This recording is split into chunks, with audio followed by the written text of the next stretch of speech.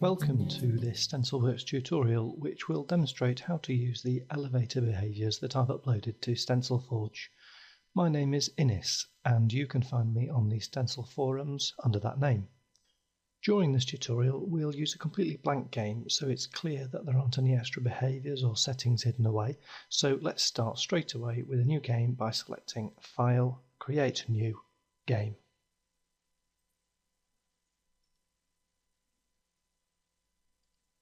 It doesn't matter if you choose a web game or a mobile and web game, the behaviors will work equally well in either configuration. Let's select Blank Game and click on Next.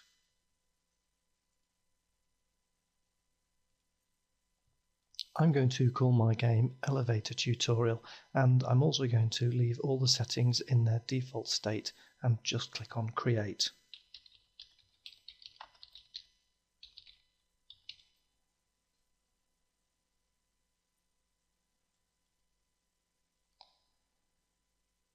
We now have a completely blank game to work with. There are no scenes, actors or behaviors, so we have a blank slate to work with. The first thing I need to do is to create a scene, so I'll click here, and then in the Create New dialog, I'll give the scene the name of Elevator Scene.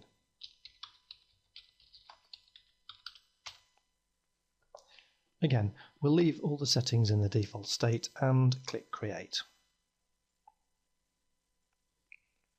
So we now have a blank scene, and for the elevator to work we need at least one actor. It doesn't matter what shape the actor is or what it looks like, so I'm going to use a very simple rectangular block. Your actor could be a nice looking elevator platform or even an animated game character that moves backwards and forwards between two fixed positions, but it's up to you to organise those animations. To create the actor, I'm going to go back to the Game Center, and under Resources I need to select Actors. Then I need to click on the dotted box to create a new actor. I'm going to keep things simple and call the actor Elevator. I can then click on Create. And the next thing that I need to do is to add an image for the animations. So I'll click on the dotted box, and then I need to add a frame. We have two options here. Choose Image, which allows you to select a graphics file from a folder on your hard disk, or we can select Paste from Clipboard. For this button to work, we need to have a graphics image waiting in the clipboard, and I've already prepared one in a graphics package, so I can just click on the Paste from Clipboard button. There's my very basic elevator actor, a red rectangular block. When I click Add, the image is added as the first frame of the animation for this actor, and I'm not going to add any more frames to this actor's animation, so I can just click on Add to Scene, which allows me to select a scene into which I can place my actor. I only have one scene in this game, the one I created earlier, so I'll click it and select OK. I now need to place the actor on the scene, so I'll just move my mouse to the desired position and click to fix the actor into place.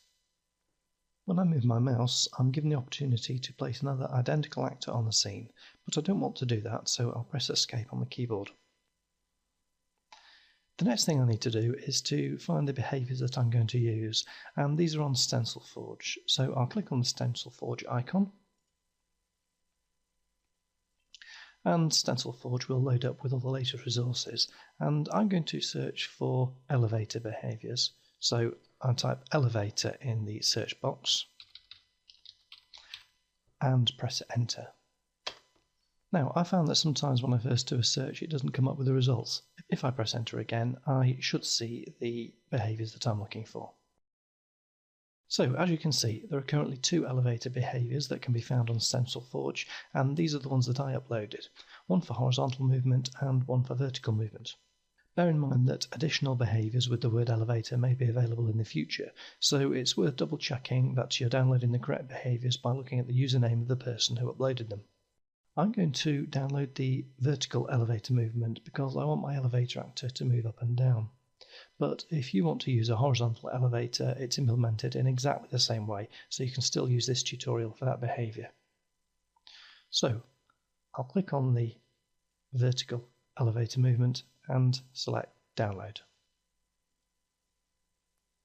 Once the behavior is downloaded from Stencyl Forge, it will open up in the behavior editor.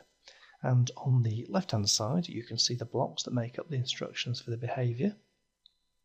And on the right-hand side, you can see the attributes for that behavior. Attributes are variables that will affect how the behavior works in your game. For the moment, let's just note that the attributes that we might want to change are upper limit, which is the highest point on the screen that we want the elevator to move to, the lower limit, which is the lowest point, the velocity, which is the number of pixels that the elevator will move each frame, and also initial direction is up, which allows us to specify the starting direction for the elevator. Our next step is to attach this behavior to the elevator actor, and when I click on Attach to Actor, I can choose which actor I want to attach it to. I'll select the only actor in my game, which is the elevator, and click OK. We can now see the attributes page for the elevator actor, and here you can see the attributes that we discussed earlier. If you want to make changes to the attributes for this behavior, this is where you would do it. We're going to leave the attributes as they are, and at this point it would be a good idea to save the game again. We're now in a position to test our game, so I'll test the game by selecting Run, Test Game in Flash,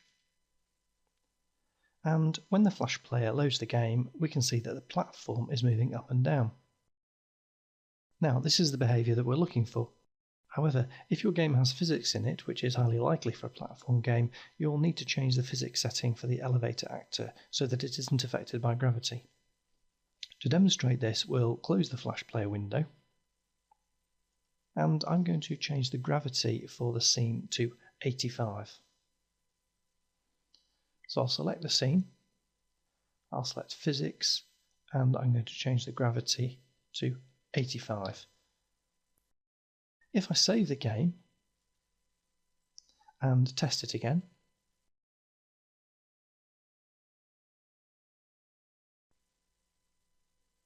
we'll see that the elevator is being dragged down by the gravity in the scene. You can see that the elevator is fighting to move up the screen but is being beaten by the gravity simulation. To resolve this problem, we need to select our elevator actor and click on the physics button. So I'll close the Flash player window, I'll select the elevator actor and select the physics option. There's just one setting that we need to change here, and that is what kind of actor. It needs to be set to cannot be pushed,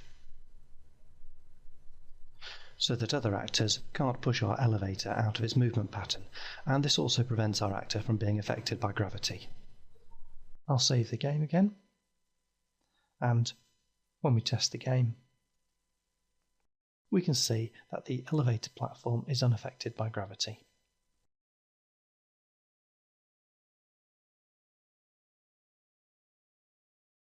That's the end of this tutorial. If you have any feedback or questions, I'd love to hear from you, and I recommend that any feedback is given on the Stencyl forums, where I'll be happy to help you if I can.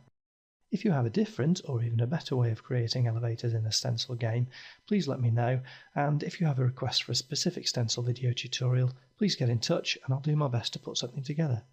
Good luck and have fun creating some fantastic games with Stencyl.